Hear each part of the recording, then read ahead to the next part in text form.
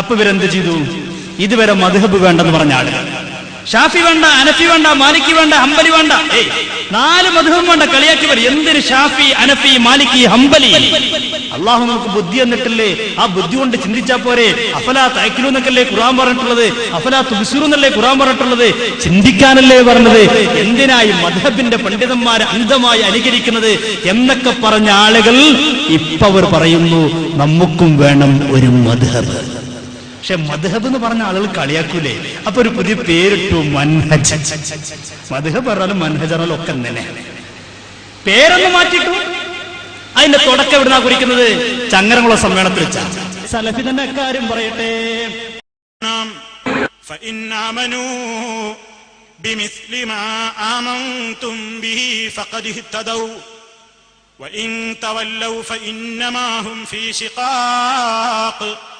فسيكفيكهم الله وهو السميع العليم.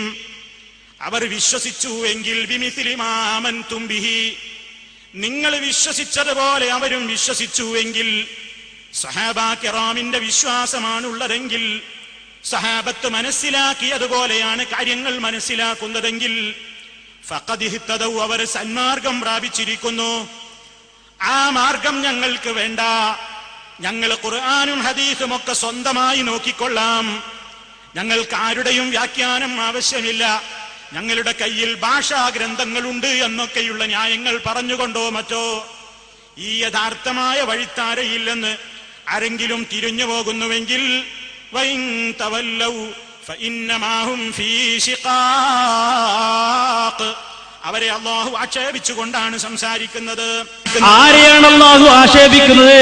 സഹാബത്തിന് വേണ്ടെന്ന് പറയുന്നവരെ, സഹാബത്തിന്റെ മാർഗം വേണ്ടെന്ന് പറയുന്നവരെ, സഹാബത്തിന്റെ ആചാരം ഞങ്ങൾക്ക് വേണ്ടെന്ന് പറയുന്നവരെ അള്ളാഹു ആക്ഷേപിച്ചുകൊണ്ടാണ് പറയുന്നത്.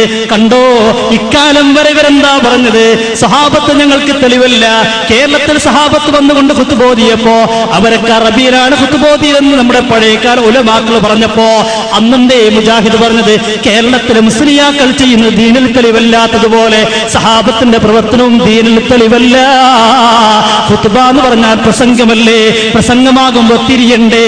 തിരിയുന്ന ഭാഷ മലയാളമല്ലേ? അതുകൊണ്ട് ബുദ്ധി കൊണ്ടൊന്ന് ചിന്തിച്ചുകൂടെ? നെക്കലിൽ അങ്ങനെ വന്നാലും പ്രമാണത്തിന് അങ്ങനെ വന്നാലും ബുദ്ധിക്കല്ലേ സ്ഥാനം കൊടുക്കേണ്ടത് എന്നിക്കാലം വരെ പ്രസംഗിച്ചവർ ഇപ്പൊ സലഫി പറയുന്നു നെക്കലിനേക്കാൾ പ്രമാണത്തിനേക്കാൾ ബുദ്ധിക്ക് സ്ഥാനം കൽപ്പിക്കുന്നവർ അവർ പിഴച്ച കക്ഷികളാണ്. ലോകത്തങ്ങനെ ഒരുപാട് കക്ഷികൾ ഉണ്ടായിട്ടുണ്ട്. സലഫി തന്നെ കാര്യം പറയട്ടെ. ഇങ്ങനെ പ്രമാണങ്ങളിലൂടെ തെളിഞ്ഞ ഒരു കാര്യം, പ്രമാണങ്ങളിൽ നിന്ന് മനസ്സിലാക്കിയ ഒരു കാര്യം, അഥവാ പരിശുദ്ധ ഖുർആനിൽ ഒരു കാര്യം മനസ്സിലായി, ഹദീസുകളിൽ നിന്നൊരു കാര്യം മനസ്സിലാക്കി, അതാദ്യമായി കേൾക്കും സ്വീകരിക്കുകയും ചെയ്തിട്ടുള്ള സഹാബത്തിൽ നിന്നൊരു കാര്യം നമുക്ക് കൃത്യമായി ബോധ്യമായി, അഭിപ്രായാന്തരമില്ലാതെ ബോധ്യമായി കഴിഞ്ഞാൽ അതിൽ തെളിഞ്ഞ ഒരു കാര്യം പിന്നെ എന്റെ ബുദ്ധിക്ക് യോജിക്കുന്നില്ലല്ലോ എന്ന് പറഞ്ഞുകൊണ്ട് അള്ളാഹു മനുഷ്യന് നൽകിയിട്ടുള്ള ഈ കൊച്ചു ബുദ്ധിയെ അള്ളാഹുവിന്റെ വഹയുകളാകുന്ന പരിശുദ്ധ ഖുർആനിന്റെയും തിരുസുന്നത്തിന്റെയും ആ മേന്മയേക്കാൾ മനുഷ്യരുടെ ബുദ്ധിക്ക് വില കൽപ്പിക്കുന്ന ആളുകളുണ്ട് ലോകത്ത്. അഥവാ അഖ്ലിനേക്കാൾ പ്രാധാന്യം കൽപ്പിക്കുന്ന ആളുകളുണ്ട്. പരിശുദ്ധ ഖുർആൻ ഒരു കാര്യം പറഞ്ഞാലും ശരി, സഹീഹായ ഹദീസുകളിൽ ഒരു കാര്യം വന്നാലും ശരി, അതെന്റെ ബുദ്ധി അംഗീകരിക്കണം, എന്റെ ബുദ്ധിക്ക് ബോധ്യപ്പെടണം. എന്റെ ബുദ്ധിക്ക് 100% അംഗീകരിച്ചാലല്ലാതെ ഖുർആനിലുള്ള കാര്യം ഞാൻ അംഗീകരിക്കില്ല. അതിന്റെ ബുദ്ധിക്കൊപ്പിച്ചുകൊണ്ട് ഞാൻ ന്യായീകരിക്കുകയും വ്യാഖ്യാനിക്കുകയും ഒക്കെ ചെയ്യുന്ന പ്രവണത, ഇങ്ങനെ ബുദ്ധിക്ക് വഹീനേക്കാൾ പ്രാധാന്യം കൽപ്പിക്കുന്ന ഒരു പ്രവണത ലോകത്ത് പിഴച്ച കക്ഷികൾ ആരിൽ കാണുന്നുണ്ട്? പിഴച്ച കക്ഷികൾ കാണുന്നുണ്ട്. ഇതല്ലേ നമ്മളും പറഞ്ഞിട്ടുള്ളൂ, ഇത്തരല്ലോ നമ്മൾ പറഞ്ഞിട്ടുള്ളൂ. ഇതിന്റെ പേരിൽ 80 വർഷക്കാലം എന്തൊക്കെ കോലാഹലം സൃഷ്ടിച്ചൂടെ? ഇതൊക്കെയാണ് തിരിച്ചു വന്നാൽ ഈ പ്രശ്നം കഴിഞ്ഞു. നമ്മൾ അത്രേ പറയുന്നുള്ളൂ. ഈ വിഷയത്തിലേക്കൊന്ന് തിരിച്ചു വരിക. 80 വർഷക്കാലം ഇത് ചങ്ങരംകുളം സമ്മേളനത്തിൽ വെച്ച് പറഞ്ഞെങ്കിൽ അന്ന് സഹാബത്തിന് അംഗീകരിക്കണമെന്നേ പറഞ്ഞുള്ളൂ. ഇപ്പൊ ഒന്നുകൂടി ഉഷാറായി. എറണാകുളത്ത് ഇന്റർനാഷണൽ എക്സിബിഷൻ സംഘടിപ്പിച്ചപ്പോ ഇപ്പൊ പറയുന്നു താബീങ്ങളെ അംഗീകരിക്കണം. ചങ്ങരംകുളത്ത് സമ്മേളനം കഴിഞ്ഞ് പിറ്റേ ദിവസം നമ്മളോട് മറുപടി വെച്ചപ്പോൾ നമ്മൾ പറഞ്ഞു, നിങ്ങൾ ഈ സമ്മേളനം നിർത്തരുത്, ഇടക്കിടക്ക് വെക്കണം. വെച്ച വലിയ മാറ്റം ഉണ്ടാകും. അൽഹംദുലില്ലാഹ് എക്സിബിഷൻ കഴിഞ്ഞപ്പോ താബീങ്ങൾ അംഗീകരിക്കണം എന്ന് പറയുന്നു. എന്റെ അഭിപ്രായം, ഒരു ഇന്റർനാഷണൽ മോളുവല്ല ഇന്റർനാഷണൽ ഉണ്ടെങ്കിൽ ഒരു എക്സിബിഷൻ കൂടി നിങ്ങൾ സംഘടിപ്പിക്കണം, മദ്ഹബിനെ അംഗീകരിക്കണം നിങ്ങൾ പറയും. പ്രശ്നം തീരണം. നമ്മൾ പ്രശ്നം തീരണം എന്ന് പറയണത് പ്രശ്നം ഉണ്ടാക്കണമെന്നല്ല, ഇതൊക്കെ അവസാനിപ്പിക്കണം. നമുക്കൊന്ന് ഒന്നിക്കണം, നമുക്ക് ഒറ്റക്കെട്ടാകണം. നോക്കൂ നിങ്ങൾ, ഞാൻ ഓരോന്ന് കാണിക്കാൻ പോവുകയാണ്.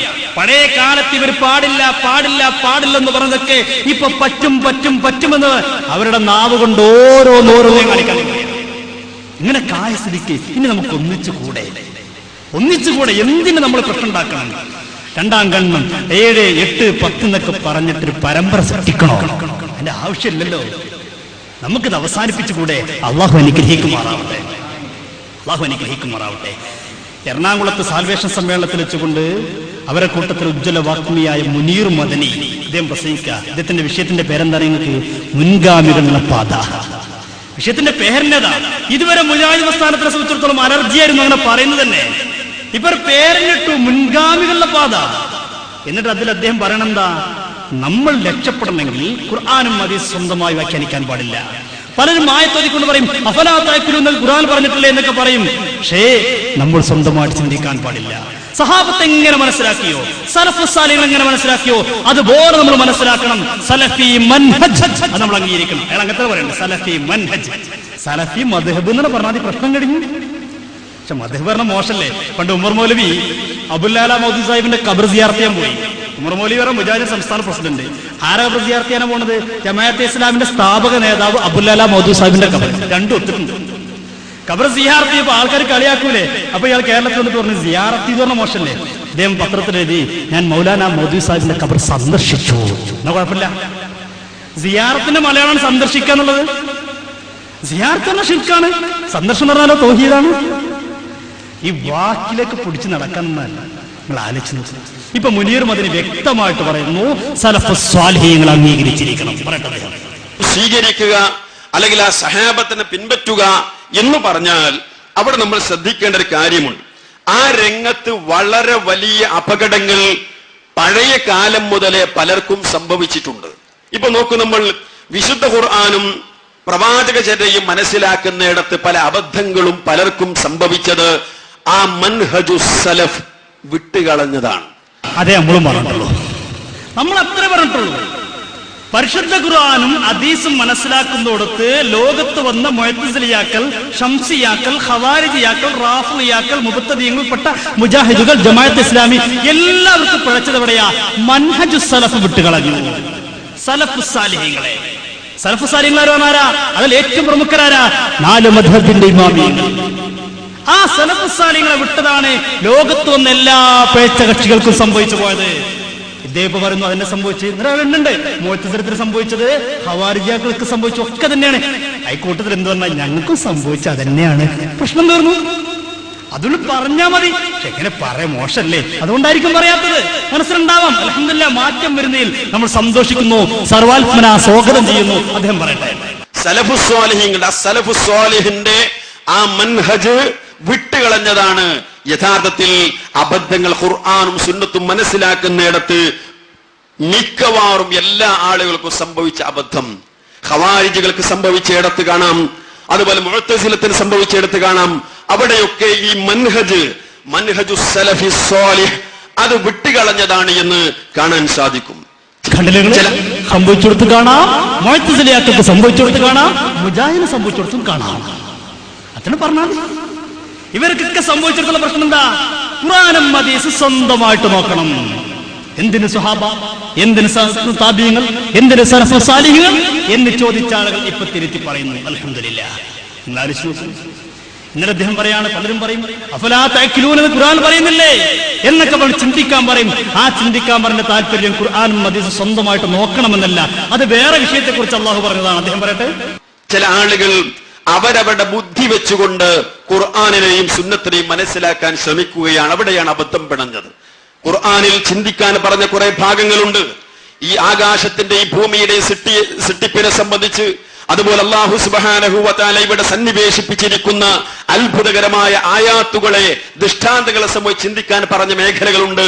അവിടെ ചിന്തിക്കാം. അതല്ല, അല്ലാത്ത വഹയിലൂടെ മാത്രം മനസ്സിലാവുന്ന അത്തരം പല വിഷയങ്ങളിലേക്കും മനുഷ്യബുദ്ധിക്ക് കടന്നു ചെല്ലാൻ സാധ്യമല്ല, അത് പ്രാപ്യമല്ല. അതുകൊണ്ട് തന്നെ അവിടെ അത്തരം മേഖലകളിലേക്ക് കടന്നു ചെല്ലുകയും അങ്ങനെ അബദ്ധം പണയുകയും ചെയ്തത് കാണാൻ സാധിക്കും. കണ്ടല്ലേ നിങ്ങൾ, ഇതല്ലേ നമ്മൾ പറഞ്ഞിട്ടുള്ളൂ. ഖുർആനിൽ അഫലാ തഅഖിലൂൻ പറഞ്ഞിട്ടുണ്ട്, അഫലാ തുബ്സിറൂൻ പറഞ്ഞിട്ടുണ്ട്. നമ്മൾ അന്ന് പറഞ്ഞു അതിന്റെ അർത്ഥം ഖുർആനും ഹദീസ് സ്വന്തമായിട്ട് നോക്കണമെന്നല്ല. ഖുർആനും ഹദീസ് സ്വന്തമായി നോക്കാൻ പറ്റില്ല. പൂർവികരെന്ത് പഠിപ്പിച്ചോ അവിടെ നിൽക്കണം. ഇത് നമ്മൾ പറഞ്ഞപ്പോ അന്ധമായിട്ട് അനുകരിക്കാണ് എന്നൊക്കെ പറഞ്ഞ് ഞങ്ങൾ ഒരുപാട് കഷ്ടപ്പെട്ടു എന്നൊക്കെ പറഞ്ഞു. എന്ത് സംഭവിച്ചു? തൗഹീദിൽ പോലും പഴിച്ചു. ഞാൻ വെറുതെ പറയില്ല. മുജാഹിദ് പ്രസ്ഥാനം കേരളക്കരയിൽ വന്നപ്പോ അന്ന് ഒരു തൗഹീദ് പറഞ്ഞത് 2 ലോക മുസ്ലിമുകൾ തൗഹീദ് പഠിപ്പിച്ച 1. ഇവർ പറഞ്ഞു 2. പക്ഷെ 2000 ആയപ്പോഴേക്ക് 3 2000 ആയപ്പോ ഇവർ പറയണേ അതേ തൗഹീദുൽ ഉലൂഹിയ്യ റുബൂഹിയ്യ 2 തൗഹീദ് ഉണ്ടായിരുന്നത്. ഇവർ പറഞ്ഞു ഇതുവരെ നമ്മൾ പഠിപ്പിച്ച 2. ഇന്നു മുതൽ അത് തെറ്റാണെന്നും ഇന്നു മുതൽ 3 പഠിപ്പിക്കാൻ യോഗം തീരുമാനിച്ചു. പുളിക്കലച്ച് യോഗം കൂടാ 3. അപ്പൊ അബ്ദുസ്സലാം സ്വലമി പറയണം അത് ശരിയല്ല, 3 അല്ല 36 തൗഹീദ് ഉണ്ടെന്നാ. സുബ്ഹാനല്ലാഹ്, ഈ നിലക്ക് തൗഹീദ് പോയാലേ നമ്മൾ ആലോചിച്ച് നോക്ക് എത്ര ഗൗരവമുള്ള വിഷയമാണത്. കാരണം 2 പറഞ്ഞ് ശരിയാണെങ്കിൽ 2 പറഞ്ഞ് ശരിയാണെന്ന് മനസ്സിലാക്കി മരിച്ചുപോയ മുജാഹിദ് സുഹൃത്തുക്കൾക്ക് 3 പറയുമ്പോൾ ഒരു തൗഹീദ് കിട്ടിയില്ല എന്നല്ലേ അർത്ഥം. തൗഹീദ കിട്ടാത്ത ചെറിയ വിഷയമല്ല.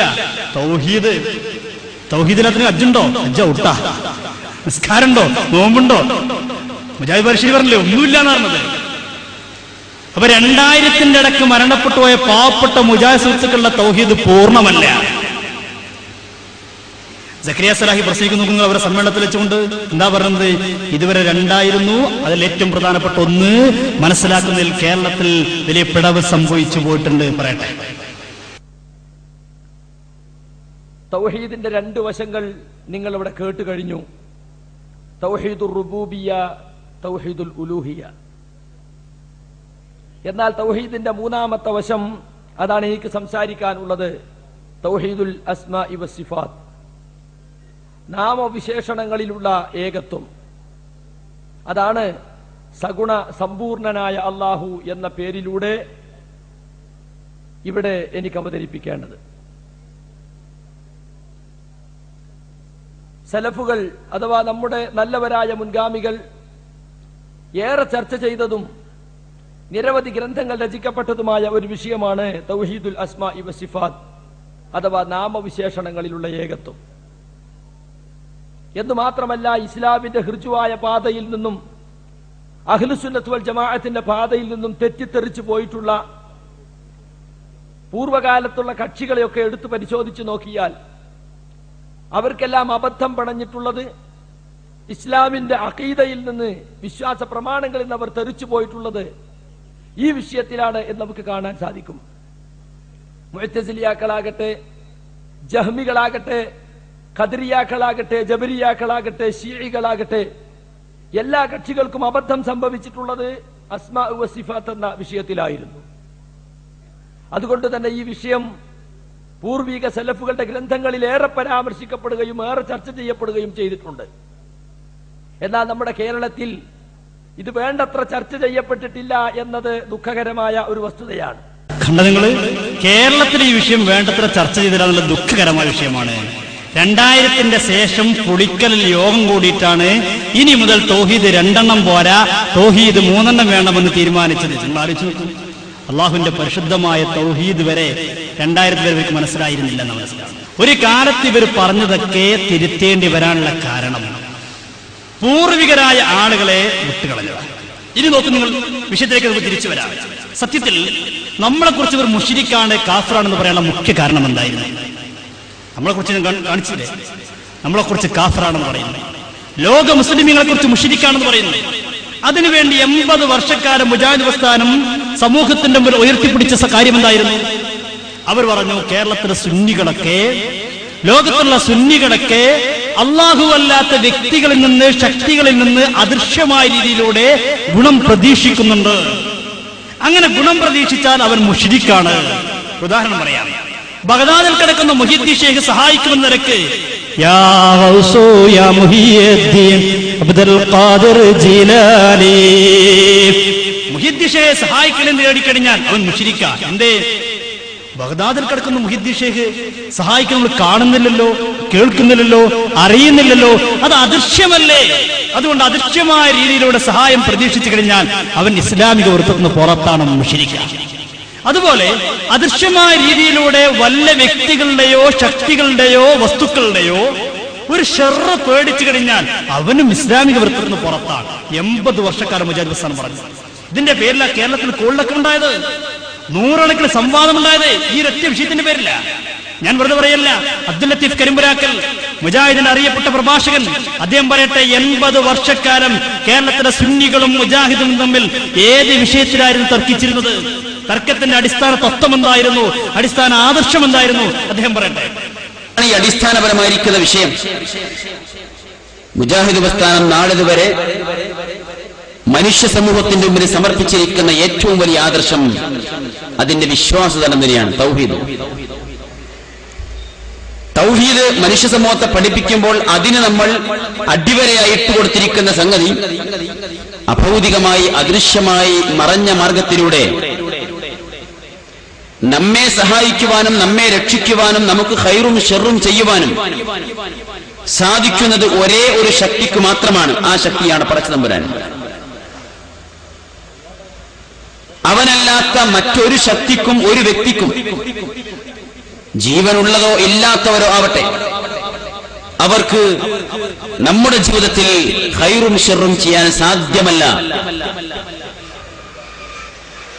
നമ്മുടെ ജീവിതത്തിൽ ഇടപെടാൻ കഴിയുകയില്ല എന്ന് കണിശമായി കൃത്യമായി പറയുകയും പഠിപ്പിക്കുകയും ചെയ്തതിന്റെ പേരിൽ ഈ നാട്ടിലെ യാഥാസ്ഥിക വിഭാഗവുമായി നൂറുകണക്കിന് സംവാദങ്ങൾ സംഘടിപ്പിക്കപ്പെട്ടിട്ടുണ്ട്. കണ്ട നിങ്ങള്, ഇവിടുത്തെ യാഥാസ്ഥിക വിഭാഗവുമായി സുന്നികളുമായി നൂറുകണക്കിന് സംവാദം സംഘടിപ്പിക്കാനുള്ള കാരണം എന്താ? അദൃശ്യമായ രീതിയിലൂടെ ഗുണം ചെയ്യുവാനും ഷർറ് വരുത്താനും അള്ളാഹ്ക്ക് മാത്രമേ സാധിക്കുള്ളൂ. അള്ളാഹു അല്ലാത്തൊരു വ്യക്തിക്കോ ശക്തിക്കോ ഒരു ഗുണം ചെയ്യാൻ കഴിയുമെന്ന് പ്രതീക്ഷിക്കുകയോ ഒരു ഷർറ് പേടിക്കുകയോ ചെയ്താൽ അവൻ മുശ്രിക്കായി. എത്ര വലിയ കടുത്ത വാദമാണത്! അങ്ങനെയാണ് ഈ സഹാബത്തൊക്കെ മുശ്രിക്ക എന്ന് പറയേണ്ടി വരില്ലേ? സഹാബത്തൊക്കെ അസാധാരണ രീതിയിലൂടെ അദൃശ്യമായ രീതിയിലൂടെ പല വസ്തുക്കളിലും ഗുണം പ്രതീക്ഷിച്ചില്ലേ? കണ്ട നിങ്ങൾ, ഹജ്ജ് കഴിഞ്ഞപ്പോ മഹാനായ മുത്തുനബി മുഹമ്മദ് മുസ്തഫ സല്ലല്ലാഹു അലൈഹി വസല്ലമ തങ്ങൾ തഹല്ലുലാകുന്നു. മുടി കളയുന്ന സമയത്ത് സഹാബത്ത് തിരക്ക് കൂട്ടുന്നു. എന്തിനാണ് തിരക്ക് കൂട്ടുന്നത്? മുത്തുനബി മുഹമ്മദ് റസൂലുള്ളാഹി സല്ലല്ലാഹു അലൈഹി വസല്ലമ തങ്ങളുടെ പരിശുദ്ധമാക്കപ്പെട്ട മുടിക്ക് വേണ്ടി, നബിയുടെ മുടിക്ക് വേണ്ടി സഹാബത്ത് തിരക്ക് കൂട്ടുക. ഇത് കണ്ടപ്പോ വേണ്ടല്ലേ, നമ്മൾ ഈ ബദരീങ്ങളാണ്ടിലൊക്കെ നമ്മള് നേർച്ച ചോറ് കൊടുക്കുന്ന സമയത്ത്, അരി കൊടുക്കുന്ന സമയത്ത്, അല്ലെങ്കിൽ ഇറച്ചി കൊടുക്കുന്ന സമയത്ത് ആളുകൾ തിരക്ക് കൂട്ടുന്നത് പോലെ റസൂലുള്ളാഹിന്റെ മുടി കളയുമ്പോൾ മുടിക്ക് വേണ്ടി ആളുകൾ തിരക്ക് കൂട്ടുക. ഈ തിരക്ക് കണ്ടപ്പോ റസൂലുള്ളാഹി എന്താ പറഞ്ഞത്? മുടിയിൽ ഗുണം പ്രതീക്ഷിക്കേ, നിങ്ങൾക്കെന്നാ മുശ്രിക്കുകളാ, നിങ്ങൾക്ക് ഹജ്ജില്ല, പൊയ്ക്കോളൂ എന്നാണ് നബി പറഞ്ഞത്. അല്ല, അബൂ തൽഹയെ വിളിച്ചിട്ട് പറഞ്ഞു, അബൂ തൽഹ സിംഹു ബൈനന്നാസ്, അബൂ തൽഹ ഈ മുടി കൊണ്ടുപോയി ഓഹരി വെച്ചു കൊടുക്ക്. എന്താ ഓരി വെക്കുന്നത്? മുടിയെ. ഓരോ സഹാബിയുടെ കയ്യിലും ഓരോ മുടി കൊണ്ടുപോയി കൊടുക്കുന്നു. കിട്ടിയ സഹാബത്ത് ആ മുടി പൊന്നുപോലെ സൂക്ഷിക്കുന്നു. ഒരു സഹാബിയുടെ വാക്ക് നോക്കൂ നിങ്ങൾ, ലശഅറത്തും മിൻഹു സല്ലല്ലാഹു അലൈഹി വസല്ലം അഹബ്ബു ഇലൈനാ മിനദ് ദുനിയാ വമാ ഫീഹാ. നബിയുടെ ഒരു മുടി ഞങ്ങളുടെ കയ്യിലുണ്ടാകുമെന്ന് പറഞ്ഞാൽ ദുന്യാവ് മുഴിക്ക് ലഭിക്കുന്നതിനേക്കാൾ ഞങ്ങൾക്ക് ഏറ്റവും ഇഷ്ടമുള്ള കാര്യമാണ്. നബിയുടെ ഒരു മുടി ഞങ്ങളുടെ കയ്യിലുണ്ടാകുമെന്ന് പറഞ്ഞാൽ ദുന്യാവ് ഒന്നടങ്കം ലഭിക്കുന്നതിനേക്കാൾ ഇഷ്ടമുള്ള കാര്യമാണ്. നബിയുടെ മുടി കൊണ്ട് സഹാബത്ത് സൂക്ഷിക്കുന്നു. ചില സഹാബത്ത് തൊപ്പിയിൽ തുന്നിവെക്കുന്നു. സയ്യിദുന ഖാലിദ് റളിയല്ലാഹു അൻഹു തൊപ്പിയിൽ ആ മുടി തുന്നിവെക്കുന്നു. ഒരു യുദ്ധത്തിൽ ഖാലിദ് റളിയല്ലാഹു അൻഹു നായകനായി യുദ്ധം നയിച്ചുകൊണ്ടിരിക്കുമ്പോ ഖാലിദ് റളിയല്ലാഹു അൻഹു തൊപ്പി മാറിപ്പോയി, തൊപ്പി കാണാനില്ല. യുദ്ധം കൊടുമ്പിരി കൊണ്ട സമയം മഹാനായി ഖാലിദ് റളിയല്ലാഹു അൻഹു, യുദ്ധം നയിക്കേണ്ട ഖാലിദ് റളിയല്ലാഹു അൻഹു യുദ്ധം നയിക്കാതെ ഓടിക്കൊണ്ടിരിക്കുകയാണ്. സഹാബത്ത് ചോദിച്ചു, ഖാലിദേ, യുദ്ധം നയിക്കേണ്ട താങ്കൾ എന്തുകൊണ്ട് യുദ്ധം നയിക്കാതെ താങ്കൾ എന്തോ നഷ്ടപ്പെട്ടതുപോലെ തെരഞ്ഞു നടക്കുന്ന എന്തുകൊണ്ടാ? ഖാലിദ് റളിയല്ലാഹു അൻഹു മറുപടി, സഹാബാ, എന്റെ തൊപ്പി കാണാനില്ല. സഹാബത്ത് ചോദിക്കുന്നു, ഖാലിദേ, ഒരു തൊപ്പിക്ക് വേണ്ടിയാണോ താങ്കൾ ഞെട്ടോട്ടം ഓടുന്നത്? ഖാലിദ് റളിയല്ലാഹു അൻഹു മറുപടി, അല്ല, ആ തൊപ്പിയിൽ ഹബീബായ നബി മുഹമ്മദ് റസൂലുള്ളാഹി സല്ലല്ലാഹു അലൈഹി വസല്ലമ തങ്ങളുടെ മുടിയുണ്ട്. നബി തങ്ങളുടെ മുടി വെച്ച് ആ മുടിയുള്ള തൊപ്പി ധരിച്ച് ഞാൻ ഏതൊക്കെ യുദ്ധത്തിൽ പങ്കെടുത്തിട്ടുണ്ടോ, എനിക്ക് സഹായം ലഭിക്കപ്പെട്ടിട്ടല്ലാതെ ഇല്ല. ആ യുദ്ധത്തിലേക്ക് എനിക്ക് വിജയം ലഭിച്ചിട്ടുണ്ട്. സയ്യിദുനാ ഖാലിദ് റളിയല്ലാഹു അൻഹു. ഖാലിദ് റളിയല്ലാഹു മുശ്രിക്കായോ? എത്ര കടുത്ത അപരാധമാണത്.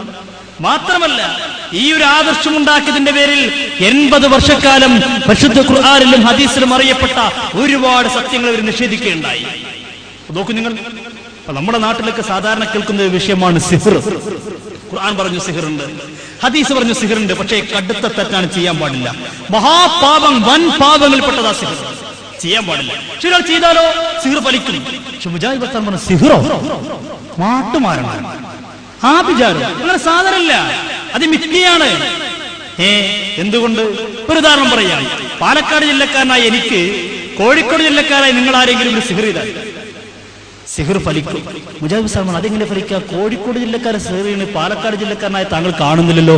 കാണാത്തൊരു വസ്തുവിന്റെ, അദൃശ്യമായ ഒരു വസ്തുവിന്റെ ഉപദ്രവം പേടിക്കൽ ശിർക്കല്ലേ, തെറ്റല്ലേ? അതുകൊണ്ട് സിഹ്റന്നല്ല. കണ്ട നിങ്ങൾ, മുജാഹിദ് പ്രസ്ഥാനത്തിൽ ഉജ്ജ്വല വാഗ്മിയായ ഡോക്ടർ കെ സക്കരിയ സലാഹി, അദ്ദേഹം 98 പ്രസംഗിച്ചൊരു ഓഡിയോ കാസറ്റ്, അന്ന് വീഡിയോ ഇല്ലട്ടോ, ഓഡിയോ ആണ്. ഓഡിയോ കാസറ്റ് അദ്ദേഹം പ്രസംഗിച്ചല്ലോ, അദ്ദേഹത്തിനോട് പറയിപ്പിക്കാം. അദ്ദേഹം പാറാലിക്കൽ എന്ന് പറയുന്ന സ്ഥലത്ത് വെച്ച് പ്രസംഗിക്കുക. എന്താ പ്രസംഗിക്കുന്നത്? സിഹ്ർ ഫലിക്കൂല, ഫലിക്കില്ലെന്ന് മാത്രമല്ല, അദ്ദേഹം വെല്ലുവിളിക്കുക സുന്നികളെ, സിഹ്ർ ഉണ്ടെങ്കിൽ ഒന്ന് കാണിച്ചുകൊണ്ടാ. ഓഡിയോ കാസറ്റാണ്, ഫോട്ടോ അദ്ദേഹത്തിന് മനസ്സിലാക്കാൻ ഇട്ട് കൊടുത്താണ്. നിങ്ങൾ ശബ്ദം മാത്രം ശ്രദ്ധിച്ചാൽ മതി. അദ്ദേഹം പറയട്ടെ. സംശയം, അത് ഫലിക്കോ ഫലിക്കൂലെന്ന് ചർച്ച ചെയ്യണം. എന്തിനാ? നമ്മളെ സംബന്ധിച്ചിടത്തോളം ഫലിക്കൂല എന്നല്ല നമ്മളെ വിശ്വാസം. അതനുസരിച്ച് നമ്മൾ നിന്നാ മതി. എത്ര ചെഴുത്താന്മാർ ഒന്നിച്ച് സീർ ചെയ്താലും ഇപ്പൊ ഞമ്മക്ക് വെല്ലുവിളിക്കുന്നു. ഞങ്ങളൊക്കെ ഇപ്പൊ ഇതിനെതിരെ പ്രസംഗിച്ചടക്കുന്ന ആളുകളാ. എന്നാ ഈ സീറന്മാർക്ക് ഞങ്ങൾക്കൊക്കെ എതിരിലൊക്കെ അന്ന് സീർ ചെയ്തൂടെ? ഇപ്പൊ ഞാൻ വീട്ടിൽ നിന്ന് പുറപ്പെട്ട് പാറാലിക്കത്തിന് പകരം വേറെ എവിടെങ്കിലും പോയി ഇറങ്ങൂലേ? കാരണം പറയണ അങ്ങനെയാണ്, യാത്ര പുറപ്പെട്ട ആളെ തിരിച്ചുവിടാൻ കഴിയുന്ന, പൊട്ടി തിരിക്കാന്നൊക്കെ അതിന് പറയാം. അതിനുള്ള എന്തെങ്കിലും കൂടോത്രം ചെയ്താൽ പാറാലിക്ക് വന്ന ഞാൻ വേറെ എവിടെ പോയി ഇറങ്ങൂല. അന്ധവിശ്വാസത്തെ കുറിച്ച് പ്രസംഗിക്കാൻ പോണ്ട ചങ്ങായി, മോൻ അവിടെ എത്താതെ തട്ടി തിരിഞ്ഞ് എവിടെങ്കിലും എത്തണമെന്ന് വിചാരിച്ചാ പോരെ? മാത്രമല്ല, ഇസ്രായേലിനെതിരെ വലിയ സിഹ്റാണ് ചെയ്താൽ പോരെ? കണ്ട നിങ്ങള്, ഇതൊക്കെ ബുദ്ധിപരമായിട്ട് പറയാണ്. ഖുർആനിൽ സിഹ്റുണ്ട്, ഹദീസിൽ സിഹ്റുണ്ട് എന്ന് പറഞ്ഞിട്ട് മുജാഹിദ് പണ്ഡിതൻ ബുദ്ധിപരമായിട്ട് സമർത്ഥിക്കുക. കണ്ടങ്ങള്, സിഹ്ർ ഉണ്ടെങ്കിൽ എന്നാ എന്തിനാ അറേബ്യൻ രാജ്യങ്ങളൊക്കെ, ഫലസ്തീനും അഫ്ഗാനിസ്ഥാനും സൗദിയൊക്കെ ഇസ്രായേലിനെ കൊണ്ട് കഷ്ടപ്പെടുന്നു? ഇവരൊക്കെ പോടെ കൂടിയിട്ട് ഇസ്രായേലിനെതിരെ സിഹ്റാണ്ട് ചെയ്താൽ പോരെ? എന്നാ ഇസ്രായേലിന് ഇല്ലാതാകൂലേ? അപ്പൊ നമുക്കും തോന്നും ശരിയെന്നെ കേട്ടോ.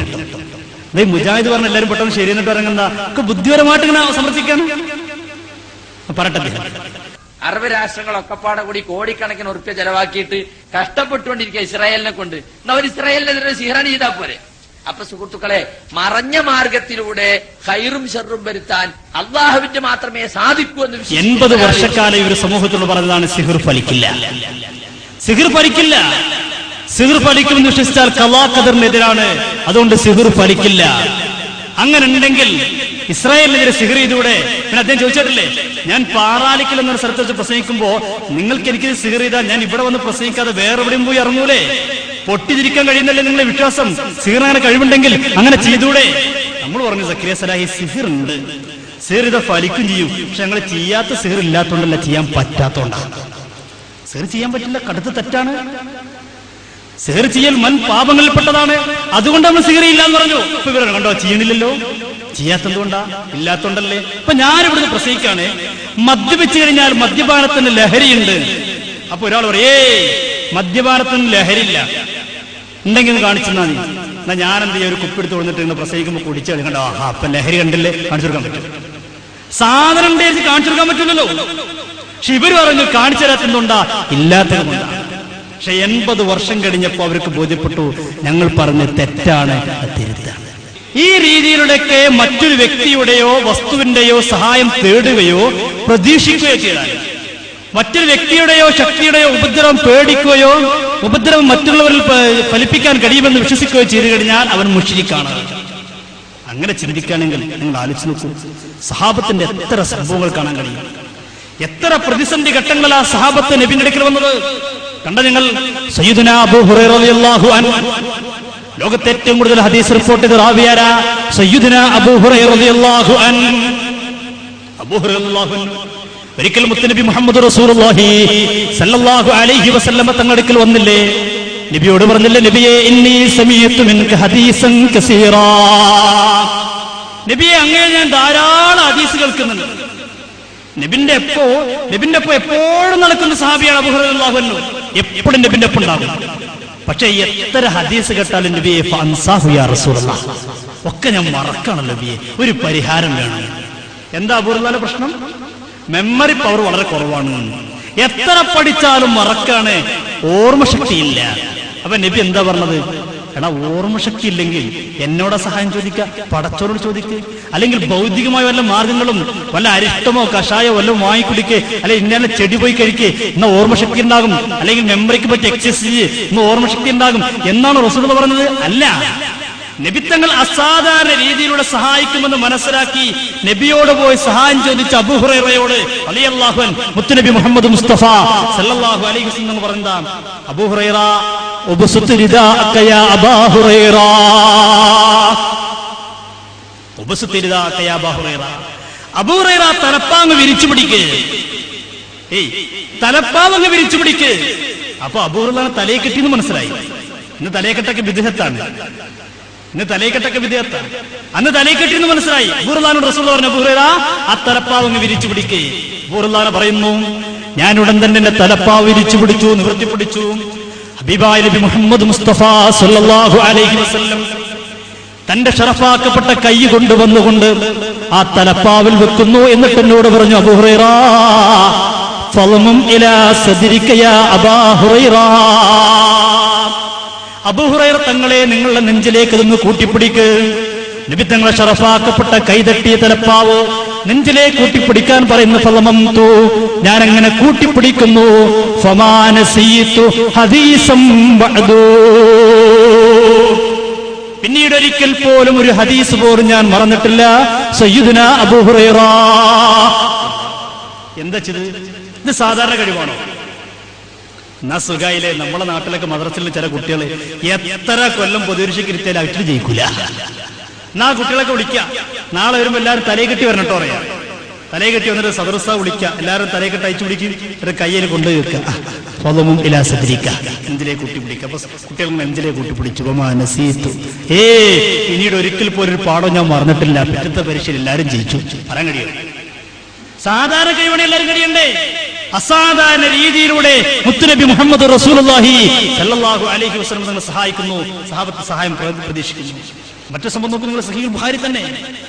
ഒരു സഹാബി യുദ്ധത്തിന് പോയ സഹാബി പെട്ടെന്ന് തിരിച്ചു പോന്നു. നബി തങ്ങൾ ചോദിച്ചു, നീ എന്തേ പെട്ടെന്ന് തിരിച്ചു പോന്നത്?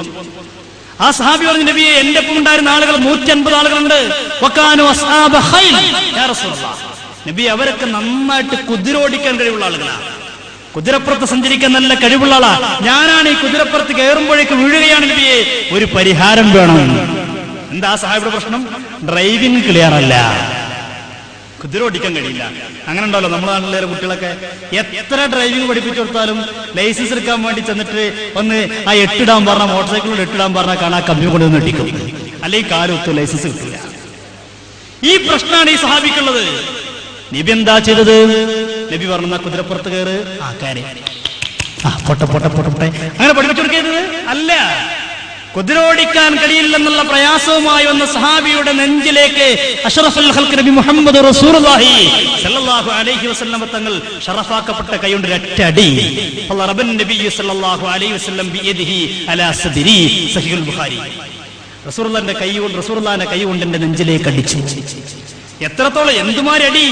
നബി തങ്ങൾ കൈയെടുത്തപ്പോൾ നബിയുടെ കൈ എന്റെ നെഞ്ചിൽ പതിഞ്ഞിരുന്നു. എത്രത്തോളം ശക്തമായൊരടി. എന്നിട്ട് നബി പറഞ്ഞു, അബൂ ഹുറൈറ പോയി നീ ഓടിച്ചോ, ഇനി പ്രശ്നം ഉണ്ടാവില്ല. സഹാബിയോട് പറഞ്ഞു, നീ ഓടിച്ചോ. ആ സഹാബി പറയുന്നു, പിന്നീട് ഞാൻ കുതിരപ്പുറത്ത് കയറി ഓടിച്ച്, പിന്നീട് ഒരിക്കൽ പോലും ഞാൻ കുതിരപ്പുറത്തുനിന്ന് വീണിട്ടില്ല. ഇത് സാധാരണ കഴിവാണെങ്കിൽ കാല് കുത്തുന്ന ചെറുപ്പക്കാരൊക്കെ വിളിക്കുക, ഡ്രൈവിംഗ് ക്ലിയർ ഇല്ലാത്തവരൊക്കെ കമ്പിമ കൊണ്ടുപോയി തട്ടുന്നവരൊക്കെ വിളിക്കുക. ആരുടെ കൊടുക്ക ഓരോന്ന്. എങ്ങനെ കൊടുക്കണം? വിരലും നെഞ്ചിലും പതിയണം. ഇനി മോട്ടോർ സൈക്കിൾ ഓടിക്ക്, ഓടിച്ചു, കമ്പിമ തട്ടുന്നില്ല, കാല് കുത്തുന്നില്ല, നടക്കോ? സാധാരണ കൈവാണി നടക്കണല്ലോ. അസാധാരണ രീതിയിലുള്ള സ്വഹാബത്ത് ഗുണം പ്രതീക്ഷിക്കുന്നു. എത്ര സ്വഹാബത്തിന്റെ താബിയങ്ങളൊക്കെ എങ്ങനെയല്ലേ?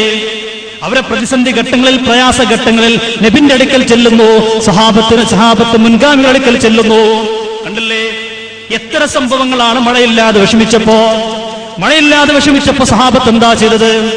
മഹദിയായ സയ്യിദത്തുന ആയിഷ റളിയല്ലാഹു അൻഹയുടെ വീട്ടിലേക്ക് ചെല്ലുകയാണ്. ആയിഷ റളിയല്ലാഹു അൻഹയുടെ അടുക്കൽ ചെല്ലുന്നു.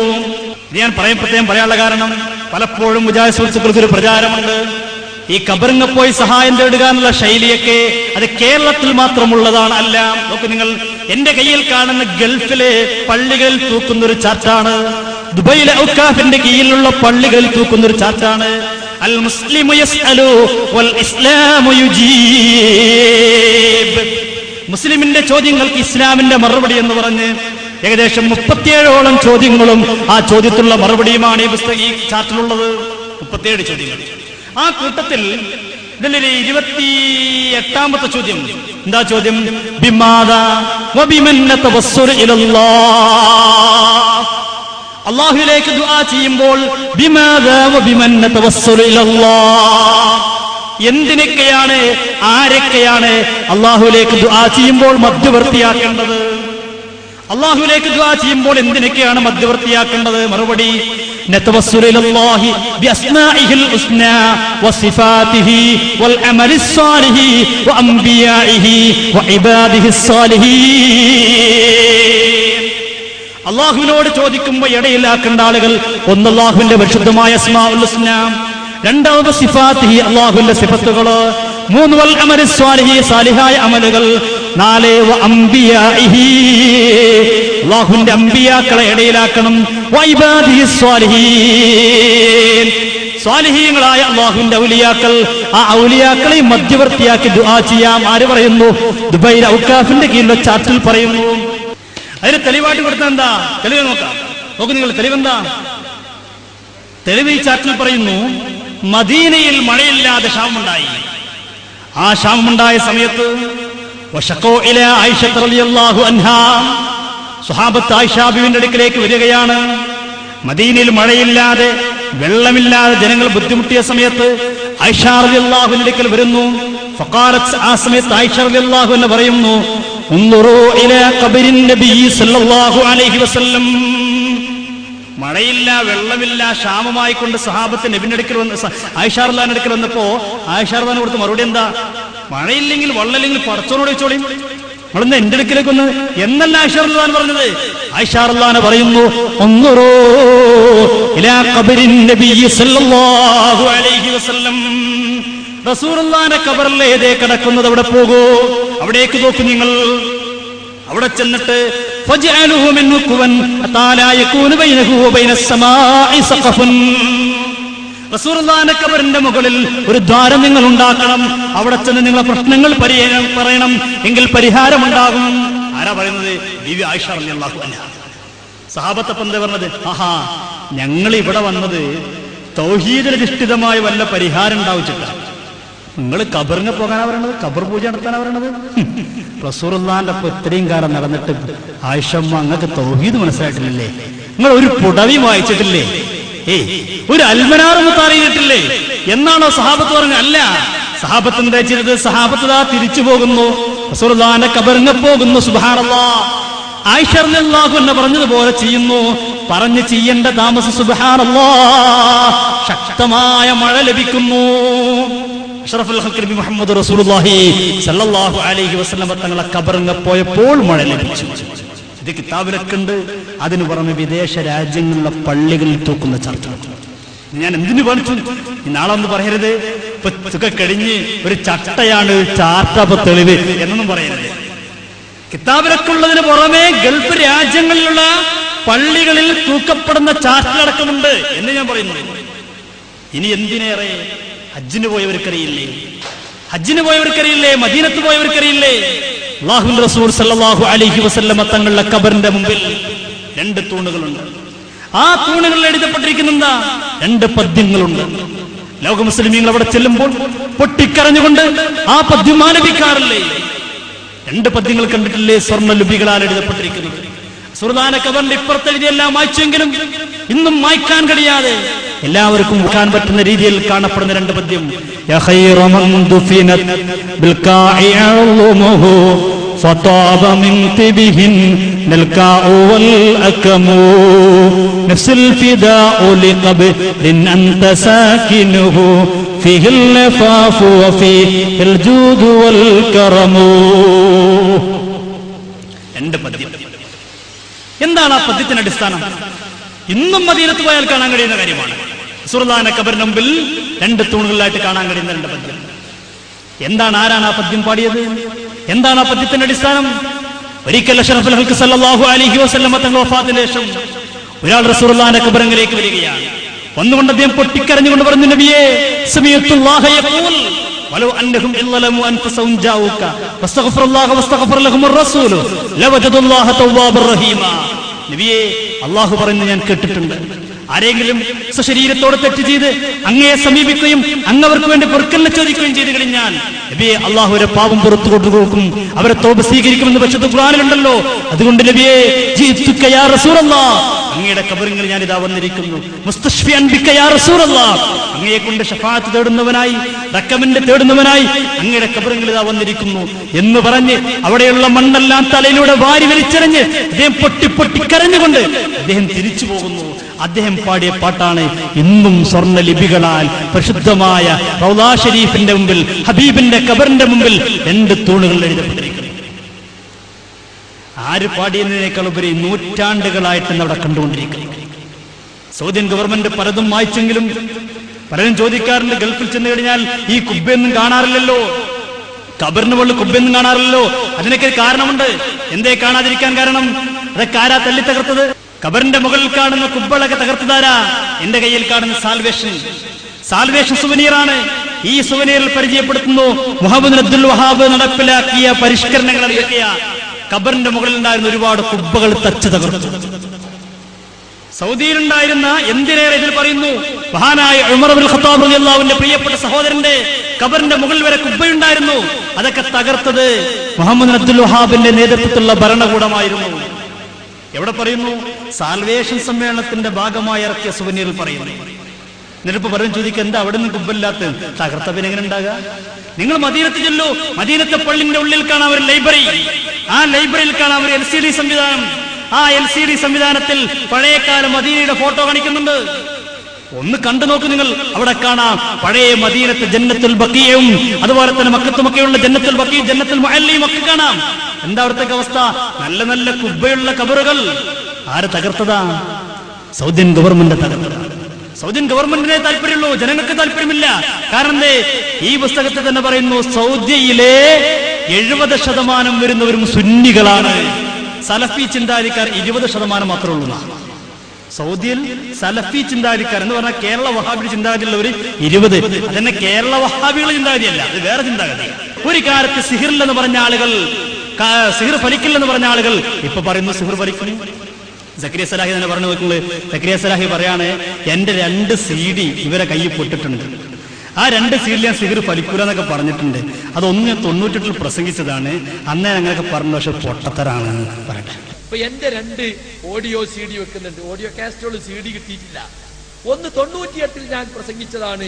ഈ സുല്ലമിയുടെ ശിഷ്യനായി വളർന്നു വന്ന ഞാൻ, അദ്ദേഹത്തിന്റെ സ്വാധീനത്താൽ ഉണ്ടായ ചില ആശയങ്ങൾ, സിഹിർ ഫലിക്കൂല, സിഹിർ ഫലിക്കുന്നു വിചാരിച്ച ഖലാ ഖദറിനെതിരാണെന്നൊക്കെ പറഞ്ഞ് ഞാൻ പ്രസംഗിച്ചിട്ടുണ്ട്. പൊട്ടത്തരം കണ്ടങ്ങള്. 98 വരെ ഞാൻ പ്രസംഗിച്ചത്. നിങ്ങൾ ആലോചിച്ച് നോക്കി. വളരെ ലാഘവത്തോടെ പറഞ്ഞ പൊട്ടത്തരം അല്ലെ.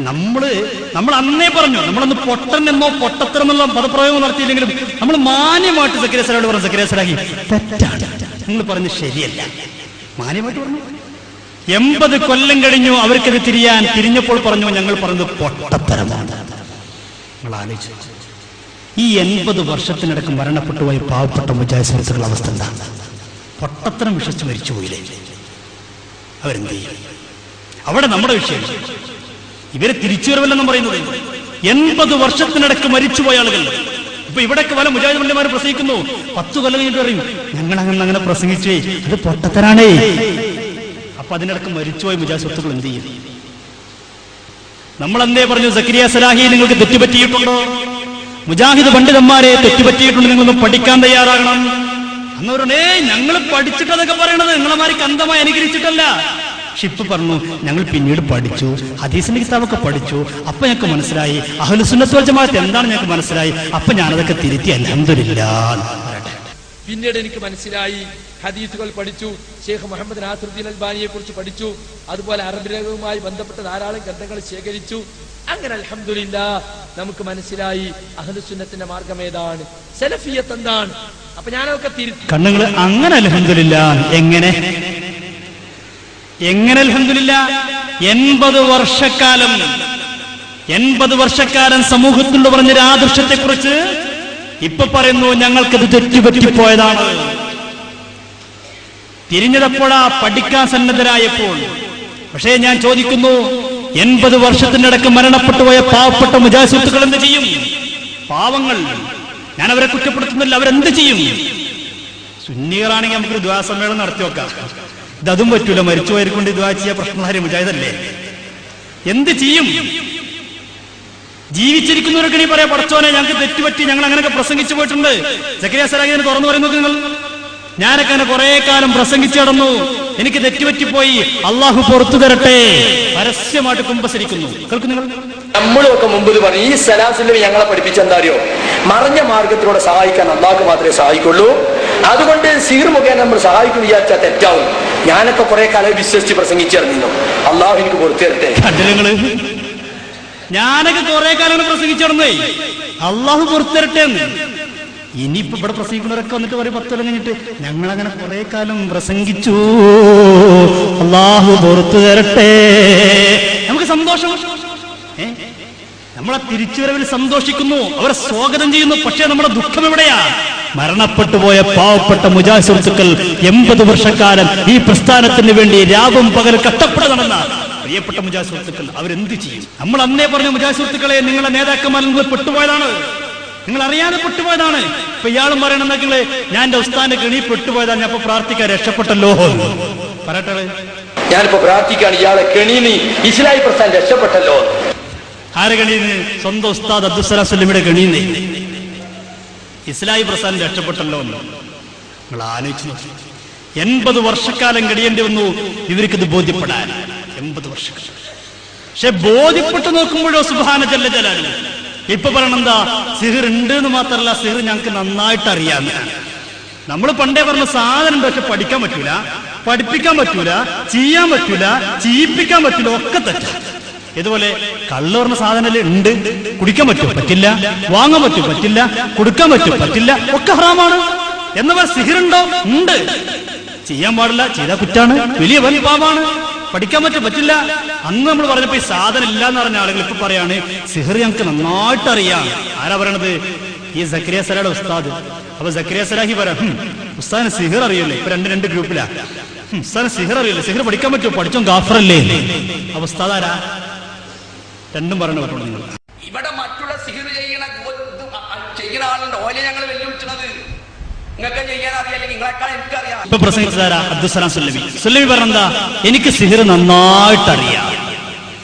അവ ശിഷ്യന്റെ കമന്റ് ഉണ്ടോളി. അപ്പൊ സിഹിറും മൂപ്പർക്കറിയാം. സിഹിറിന്റെ ഇസ്ലാമിന്റെ വിധി എന്താ? സിഹിർ പഠിച്ചോ കാഫറാണ്. മനസ്സിലായില്ലേ? സിഹിർ പഠിക്കാൻ തന്നെ പാടില്ല, സിഹിർ പഠിച്ചോ കാഫറാണെന്നാണ്. ഇസ്ലാമിക ഗവൺമെന്റ് ഉണ്ടെങ്കിൽ ഇയാളെ കൊല്ലും. ഉസ്താദ് കേരളത്തിൽ ജീവിച്ചുകൊണ്ട് കഴിച്ചിലായി. അങ്ങ് സൗദിയിലേക്കാരൻ ഉസ്താദിന്റെ തരന്റെ കാര്യം ആലോചിക്കേണ്ടതായിരുന്നു. നമ്മൾ പറയില്ല. അപ്പൊ എന്താ സംഭവം? മുജാഹിദ് രണ്ടായി പിളർന്നപ്പോ ഒരു വിഭാഗം ആളുകൾ പറയുന്നു സിഹിർ ഫലിക്കും, സുന്നികളെ പോലെ പറയാം. അപ്പൊ മറ്റൊരു ന്യൂനപക്ഷം അവര് പഴയ പോലെ തന്നെ സിഹിർ ഫലിക്കൂല, ഫലിക്കുമെന്ന് കാണിച്ചുകൊണ്ടാ. അബ്ദുസ്സലാം സുല്ലമി ഇയാളെ ഉസ്താദാ, സുല്ലമി ഇയാളെ വെല്ലുവിളിക്കാം. സിഹിറിനെന്ന് കാണിച്ചുകൊണ്ടാ, ഫലിക്കൂല, ഞാനോ വെല്ലുവിളിക്കുന്നു. അപ്പൊ ഇയാൾ പറയണെന്താ, ഞാനൊക്കെ അങ്ങനെ കുറെ വെല്ലുവിളിച്ച് തന്നെയാണ്, ഞങ്ങൾക്കത് മനസ്സിലായത് തന്നെയാണ്. അയാൾ പറയട്ടെ. എന്നിട്ട് അയാൾ അഭിമാനത്തോടെ പറയാ, എനിക്കും അറിയാ, ഞാനും പഠിച്ചൂണ്, ഞാൻ ഇസ്മിന്റെ കിതാബൊക്കെ ഓതിയാണ്. ഇതെന്തിനാ പറയണത്? സിഹിർ ഫലിക്കൂന്ന് നമ്മൾ തെളിയിച്ചു കൊടുക്കണം. എനിക്ക് ചെയ്യും പണ്ട് നമ്മളൊക്കെ പറഞ്ഞിരുന്നു. പണ്ട് നമ്മളൊക്കെ അങ്ങനെ പറഞ്ഞിരുന്നു. എനിക്കോർമ്മയുണ്ട് 98-ൽ മണ്ണാർക്കാട് വെച്ച് ഞാൻ പ്രസംഗിച്ചപ്പോ അന്ന് ഇയാൾ മറുപടി കൊന്നു. എന്നിട്ട് പറഞ്ഞു, അഷറഫി ഉണ്ടെങ്കിൽ സിഹിർ ഉണ്ടെങ്കിൽ ഒന്ന് കാണിച്ചുകൊണ്ടാ. ഞാൻ പറഞ്ഞു, സക്കീർ സാറായി സാധനം ഉണ്ട്, കാണിച്ചു തരാൻ പറ്റൂല. അത് കാണിക്കാൻ പറ്റൂല, തെറ്റാണ്. ഇപ്പൊ ഇയാൾ പറയാണ് എന്റെ അബ്ദുസലാസിനെ വെല്ലുവിളിക്കുക, സിഹിർ കാണിച്ചു കൊടുക്കുന്നുണ്ട്, കാണിച്ചു കൊടുക്കാൻ പറ്റുമോ പറയട്ടെ. ഈ സുല്ലമിന്റെ വിവരക്കേട് സത്യം വിചാരിച്ച കാലത്ത് അങ്ങനെ ചെയ്ത് കാണിച്ചു കൊടുക്കാൻ പറ്റുമോ? ചെയ്താൽ നമ്മൾ അതിനല്ലേ അന്ന് നമ്മൾ കാണിച്ചു തരാറുന്നത്. അല്ല, നമ്മളന്ന് കാണിച്ചു കൊടുക്കാറുന്നല്ലേ. നമ്മൾ അന്നേ പറഞ്ഞു സക്കരിയ സലാഹി ഇത് കാണിച്ചു തരാൻ പറ്റാത്ത സാധനമാണ്. പക്ഷെ ഇവർക്ക് തിരിയാൻ 80 വർഷം കഴിയേണ്ടി വന്നു. 80 വർഷം. നമ്മളെ കുറ്റപ്പെടുത്തല്ല, അൽഹംദുലില്ലാ ഇപ്പോഴെങ്കിലും തിരിഞ്ഞല്ലോ. ഒരു പക്ഷത്തിന്. ഇനി കുറച്ച് ആളുകൾക്ക് തിരിയാൻ ബാക്കിയുണ്ട്. ആ തിരിയാത്ത ആളോട് സക്കരിയ സലാഹി പറയാണ്, നിങ്ങൾക്ക് തിരിയാൻ ഒരു മാർഗം ഉണ്ട്. എന്താ?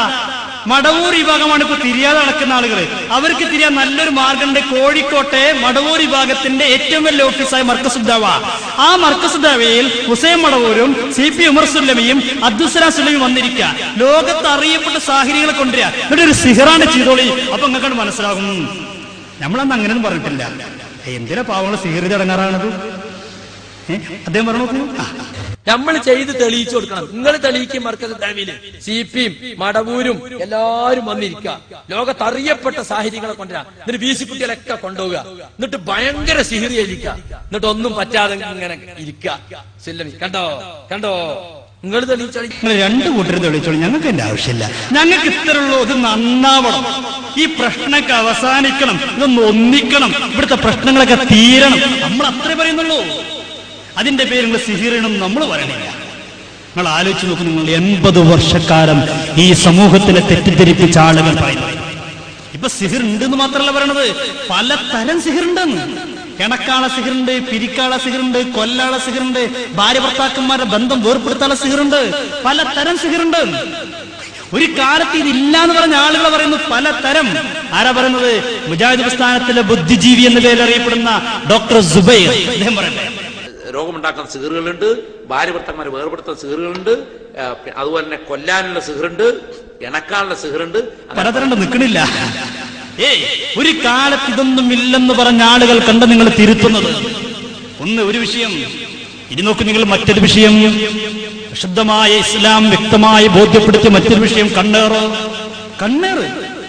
മുജാഹിദ് ഹുസൈൻ ഉൾക്കൊള്ളാൻ കല്ലേറും ഒക്കെ കാരണം കല്ലോണ്ടിരുന്ന് കാണുമല്ലോ. വാളോണ്ടുള്ളേറ് അതൊക്കെ. പക്ഷെ കണ്ണേറെങ്ങനെ? ഇപ്പൊ നമ്മുടെ നാട്ടിലൊക്കെ നമുക്കറിയാലോ, ഒരു കുമ്പളങ്ങ മത്തനൊക്കെ ഉണ്ടായിക്കഴിഞ്ഞാൽ നമ്മളെ ഉമ്മമാരെന്ത് ചെയ്യും? വല്ല പാളെ വട്ടോടൊക്കെ മറച്ചു വെക്കും. എന്താ?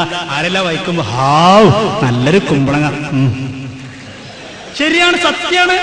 പക്ഷെ മുജാഹിദ് ഉസ്താദിന് ഉൾക്കൊള്ളാൻ കഴിഞ്ഞാൽ കണ്ണോണ്ട് നമ്മൾ കാണുന്നില്ലല്ലോ. അത് അദൃശ്യമായ കഴിവല്ലേ? അതിൽ വിശ്വസിക്കാൻ പാടില്ല. ഷിർക്കല്ലേ, കുഫറല്ലേ? അവിടെ കണ്ണേറില്ല. 80 കൊല്ലം പറഞ്ഞു. നേരത്തെ സക്കരിയ സലാഹി പറഞ്ഞില്ലേ, ഇയാളെ കയ്യിൽ 98 CD പൊട്ടുമെന്ന് പറഞ്ഞില്ലേ? ആ CD ഓഡിയോ കാസറ്റ് പറഞ്ഞില്ലേ? ആ ഓഡിയോ കാസറ്റിൽ കണ്ണേറിനെ കളിയാക്കി പ്രസംഗിക്കുന്നു. നമ്മുടെ വീട്ടിന്റെ പെരപ്പുറത്ത് ഒരു 5-6 കുമ്പളങ്ങ അല്ലെങ്കിൽ 5-6 വെള്ളരി അല്ല 5-6 മത്തൻ നിൽക്കുന്നത് കണ്ടു. അങ്ങനെ ഒരു അമൂട്ടിയാക്കയിൽ എങ്ങനെയാണ് പോകുമ്പോ, എന്താ സൈനവാ എന്റെ കുമ്പളങ്ങ ഉഷാറായിട്ടുണ്ടല്ലോ എന്നാണ്. അമൂട്ടിയാക്ക വെറുതെ പോയി.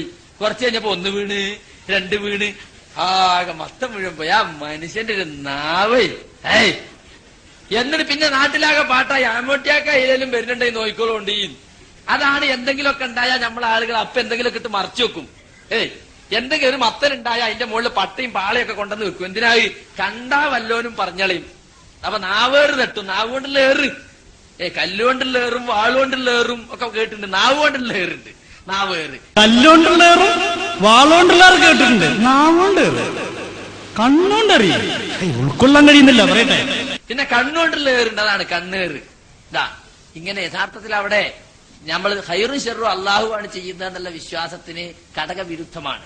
കാര്യകാരണ ബന്ധങ്ങൾക്ക് അതീതമായിട്ട് നന്മയും തിന്മയും വരുത്താൻ പടച്ചവനെ കൊണ്ട് മാത്രമേ സാധിക്കുകയുള്ളൂ. ഒരാളൊന്ന് നോക്കിയത് കൊണ്ടോ ഒരാളൊന്ന് എന്തെങ്കിലും പറഞ്ഞത് കൊണ്ടോ നമ്മുടെ സാധനത്തിന് ഒരു ദോഷം വരില്ല.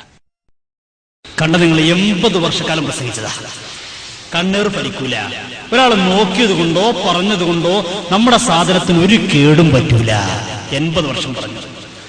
80 വർഷം കഴിഞ്ഞപ്പോ സുബ്ഹാനല്ലാഹ് മുജാഹിദ് ഉസ്താദ് തിരുത്തി പറയുന്നു, കണ്ണേറുണ്ട്. കണ്ണേറുണ്ടെന്ന് മാത്രമല്ല, കണ്ണേറിന് രക്ഷപ്പെടാൻ ദിക്റും ഉണ്ട്. ഏതാ ദിക്റ്? നമ്മൾ ഉസ്താദ്മാരൊക്കെ പ്രസംഗിക്കുമ്പോൾ ചെല്ലാറില്ലേ, വമൻ കുല്ലി ഐനില്ലാമ്മ. ആ ദിക്റ് ചൊല്ലിയിട്ട് സക്കരിയ സലാഹിയുടെ അതേ ഗ്രൂപ്പിൽപ്പെട്ട ഹാരിസ് ബിൻ സലീം, ഞാൻ ഗ്രൂപ്പ് എന്ന് പറയണമെന്ന് ആരും തെറ്റിദ്ധരിക്കരുത്, അത് മനസ്സിലാക്കാൻ വേണ്ടി പറയണല്ലോ, അവർ ഗ്രൂപ്പിസം പറയല്ല, അവരെന്തോ ആയിക്കോട്ടെ, നമ്മളെ പ്രശ്നമില്ല. ആ ഗ്രൂപ്പിൽപ്പെട്ട ഹാരിസ് ബിൻ സലീം ഈ ഹദീസ് ഓതിക്കൊണ്ട് പറയാണ്, കണ്ണേറുണ്ട്, കണ്ണേന്ന് രക്ഷപ്പെടാൻ ദിക്റുണ്ട്. അദ്ദേഹം പറയുന്നത് കേൾക്കുന്നു. ഐനില്ലാമ്മ, എല്ലാ ആക്ഷേപിക്കുന്ന കണ്ണീറുകളിൽ നിന്ന് കണ്ണീർ തട്ടുന്ന ഹദീസ് പറഞ്ഞത്. ആ കണ്ണീർ തട്ടുന്ന ഹദീസിലുണ്ട്. അപ്പൊ 80 കൊല്ലം ഏതാ ഹദീസ്? അൽ ഐനു ഹഖ്ഖുൻ, അതാ ഹദീസ്. കണ്ടില്ല നിങ്ങള്? അപ്പൊ 80 കൊല്ലം ഈ ഹദീസ് എവിടെയായിരുന്നു? 80 കൊല്ലം മുമ്പുള്ള ഹദീസല്ലേ ഇപ്പോഴുള്ളൂ? ഇപ്പൊ പുതിയ ഹദീസ് അറിയില്ല. എന്താ ഹദീസിന്റെ അർത്ഥം? കണ്ണീർ തട്ടും. കണ്ണീർ ഒരാളങ്ങനെ പറഞ്ഞാൽ അതിനുള്ള ചികിത്സയാണ് ഈ പ്രാർത്ഥന നമ്മൾ ചൊല്ല. വേറെയും പല പരിഹാരങ്ങളും ഹദീസുകളിൽ പറയുന്നുണ്ട്. അത് എങ്ങനെയെന്ന് ചോദിച്ചാൽ നമുക്ക് പറയാൻ പറ്റില്ല. ആളുകൾ അങ്ങനെ ആക്ഷേപിച്ച് പറഞ്ഞാൽ ഒരു പക്ഷെ അങ്ങനെ സംഭവിക്കാന്നാണ്. അങ്ങനെ സംഭവിക്കാതിരിക്കാനുള്ള മാർഗം ഈ പ്രാർത്ഥനകൾ നമ്മൾ ചൊല്ലാനാണ്. അപ്പൊ കണ്ണേറുണ്ട്, കണ്ണേറുണ്ട്. 80 വർഷക്കാലം കണ്ണേറിനെ കളിയാക്കി നടന്ന ആളുകൾ, കണ്ണേറിനെ കുറ്റപ്പെടുത്തിയ ആളുകൾ ഇപ്പൊ പറയുന്നു കണ്ണേറുണ്ട്. പക്ഷെ കണ്ണേറുണ്ട് എന്ന് പറയാൻ തുടങ്ങിയപ്പോ കണ്ണീർ ഞങ്ങൾക്ക് നന്നായിട്ട് അറിയുന്നപ്പോ പറയുന്നത്